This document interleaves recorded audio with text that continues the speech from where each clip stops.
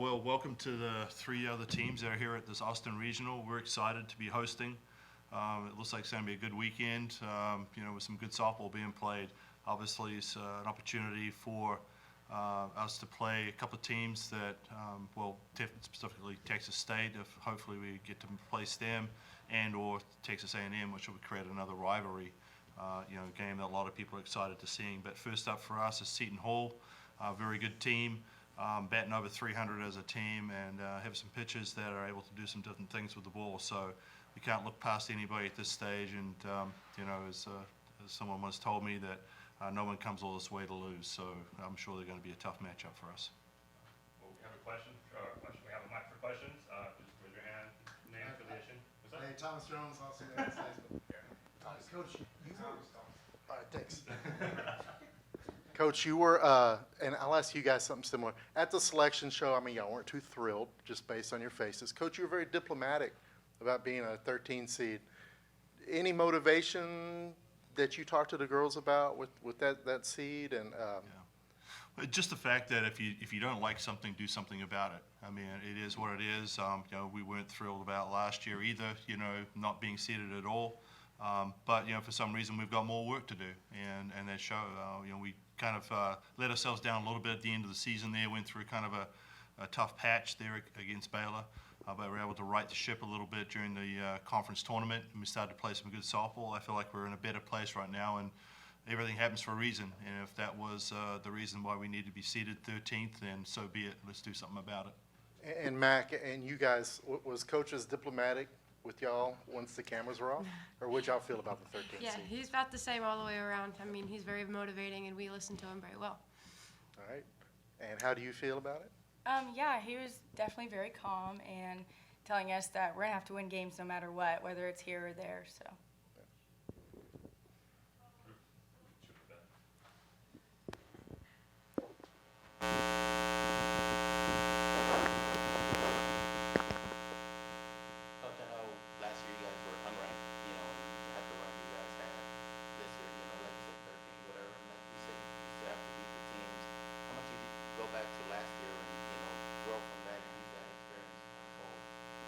Well, luckily enough or unlucky enough, we have half the team back that was there last year and able to get on that run. And it is about momentum. So we got to start some new momentum going forward. And that's what we got to focus on. This game's going to reward the team that plays the best. And we feel confident that we're going to play some good softball this weekend. And that's what we're really working on, is what we can do, not so much about what other teams are doing. We can just focus and control what we do. What challenges does the team have? Well, not having played them, that can be a challenge in itself, and there's not a lot of film out there on them, and not too many common opponents that we've played, so that makes it a little more difficult to scout and know what their game plan is and how they play. And but just looking at the film, I'm able to look at they look like they're like most teams. They're going to punish mistakes, and they've got to be prepared for that. They have some power in their lineup, throughout their lineup, that we got to look out for, and they got a hitter that's hitting close to 400. So anytime you have somebody on your staff that can, or your in your batting lineup that can do that, makes it tough. I'd love to hear from both athletes. Coach just said his message was, if you don't like something, do something about it, based on the seating and everything. What does that phrase, what do those words mean to you? Well, he's actually been saying that all season, so it's kind of just been something that we can go back to, and it's basically just what it means. If you don't like something, do something about it. We went through a little bit of a lull against Baylor. We maybe didn't hit as well, didn't pitch as well, and so if you don't like it, you got to change it, do better. For me, it's work harder, work towards the goal, and go get what you want. You got to prove it.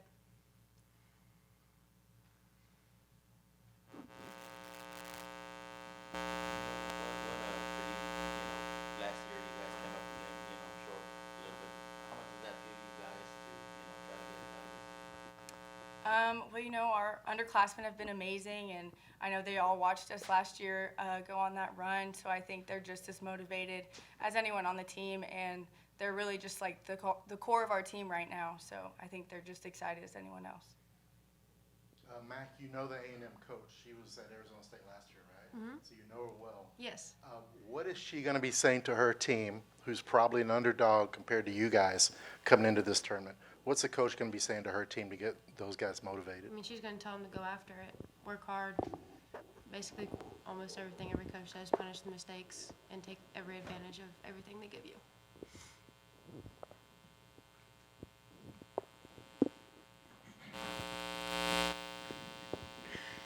So you guys have a bunch of true freshmen who are contributing heavily to this team. I know that athletes and coaches in every sport say once the postseason hits, you want to keep the routine the same. How do you make sure that they buy into that and don't get too jittery? Or do you want them to feel like this time of year is different? Because from the outside looking in, it is different. Well, everybody beats to a different drum, and so, my challenge to the team was figure out what makes it work for you. We can't just coach everybody the same way. And so whatever motivates you, then let's make sure we do this. Whatever, if you need to get amped up, then get amped up. If you need to stay chill, like Vivian Martinez is chill, and Leanne's more amped, and so whatever makes for you. And Reese, I'm not sure what Reese does, but she just likes to have people on base when she comes up to bat. But so it is about, don't try and do anything. If you can't try and give any more than what you've given all year. If you have, then why didn't you give it before? So just play the game. The game's going to reward the team that plays the best. And we've seen plenty of times. Sometimes you try too hard, and we want this. We all were motivated for it. We just got to go out there and play some good softball. Did you guys, the athletes, have any words of advice to the freshmen going into this potentially stressful part of the year? I mean, they're just really excited to get to this point of the season. We've all grown up watching it, and it's finally their turn to do something. We're really excited about it because they're just incredibly talented. I would tell them to take it game by game and play by play. I mean, be where your feet are, stay in the moment, and be present and really live the moment. And how nice is it to start here at home for you guys? Just the crowd and everything, how nice is it for you? I don't know. I spend a lot of money on my bed, and I like it. So I'm not going to plug for anybody, but it definitely is a lot better at home, and you're able to eat the same food and get into the same routine. So it is an advantage without a doubt, and of course having our home fans. I think we've been building a good fan base here over the last several years, and from what I understand, it's pretty much sold out. So there should be a really good crowd here this weekend, and hopefully, after playing in front of 8,000 Sooner fans last week, it's going to be a great respite to be able to come out here and have our fans behind us. I think it's really cool, having a couple of in-state rivals come here as well. It's just going to be a really cool experience. We don't have to take a cross-country plane ride, so that's really nice. But we're really excited. It's going to be fun. It's going to be a lot of people. It's going to feel good to play at home in front of our home fans. I enjoy every game, going out there and seeing them cheer on, even if we're struggling a little bit or doing good. It's just going to feel really good to be able to compete in the postseason at our home field. And for the players and Coach White, you've played Texas State a couple times this year. I think y'all split. I think they got you in extra innings. What's the challenges of playing a team that knows you pretty well and vice versa for a third time? And also with A&M, how much are you looking forward to? I don't know if you guys have played them recently. I know Max never played them. So how much are you looking forward to renewing that rivalry? And, okay, go ahead. Yeah, go ahead. With Texas State, both teams are going to be adjusting because they've seen us, and they've played them in the fall and played them in the spring. So pitchers got to adjust, every player has to adjust, and hitters are going to adjust and watch film on you. So it's just going to come out to who makes those adjustments well and goes and competes. And then with A&M, I think it's going to be really exciting to be able to bring back that rivalry this weekend. Yeah, I completely agree with Mac about making adjustments. And it's going to be a fun weekend, and they know us, we know them, so it's going to come down to the small things. We've been working really hard this week on the little things matter the most, so it's going to be nice. Yeah, as we know, it comes down to execution. There's going to be moments in the game something can happen or not happen. It's about momentum. If they happen to score, we got to come back and score, and it's just the things that we kind of preach all year. This can't be any different, and it really does about execution. We execute our pitches, we execute our defense. Texas State is a really fast lineup. You can't give them extra bases or people on base through errors or walks. So that's the big part for us about that. The last time we played A&M was here actually in a regional, and we were able to win that game, and that was an exciting game. Came down to the last inning and last outs. So we're excited to play them again and get a prelude to what's going to happen in a couple of years when we go to the SEC. So it's great. We're close. We haven't really played each other very much. We played them fall, I think, last year or the year before. I played them, and we're looking forward to getting that going again. And finally, have you settled on a pitching rotation? Because you could have a very full weekend. Yeah, no, without a doubt, it's going to be, everybody's going to be ready for an opportunity when it comes out. But I'm going to start Mac tomorrow. That's the way I'm going to go with it. She's proven to be the most consistent for us at this point, even though our other three pitchers are all more than capable. I made that point to them. Everyone's going to get an opportunity this weekend, more than likely. It's hot. It's going to be tough competition, and we got to be ready. And one more, Alyssa Washington, how healthy is she? I think she got some playing time at the Big 12 tournament on the base pass. Could she start? Is she ready for that? She's fully released. We haven't decided how we're going to work her into the lineup yet. What's best for the team? The great thing is now I have, an extra infielder that can play just about. She can play third. She can play short. Doesn't play second much, but we can make some other adjustments within the lineup. To give us a little better defensive look.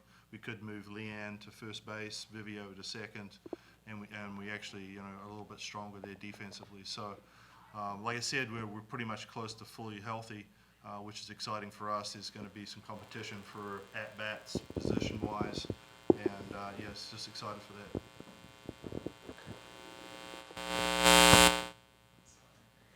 We spoke a moment ago about the freshmen, but you guys also have a number of sophomores who are contributing a lot on this team. Is there an advantage to, I guess, having a younger core? Yes and no. They don't have anything to go back on, and like I tell them when I recruit, I don't care what year you are, and I think that's proven to be true this year. With 5 freshmen starting, it doesn't matter if you're a senior or a junior. Doesn't mean necessarily you're going to play. It's going to be the one that we think is going to help the team play the best. And it's not personal. It's nothing about that. We have some very talented players. We have Camille, who's done an excellent job throughout her career for us. Would start just about on every other team, but unfortunately, it just hasn't matched up for her. But when her number's been called, she stepped out for us and given everything she could for this program. Had a huge hit against Kansas when we were down by a couple of runs, and she knows that her number could be called at any time, and that's number 28.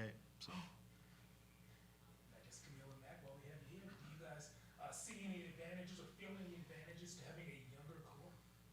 I just think it shows how deep our team is. Like, it's crazy. We, had Vanessa Quiroga just come out here and hit a few home runs. The other day, Bailey Brandon got an opportunity. She walked, hit a home run.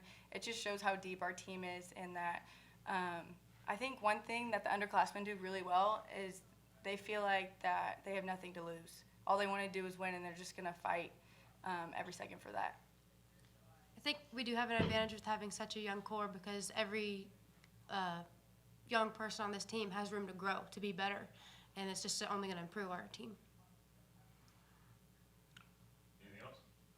Perfect. Thanks, guys. Thank you. Thanks, everybody. Thank you. Thank you. Boys need that.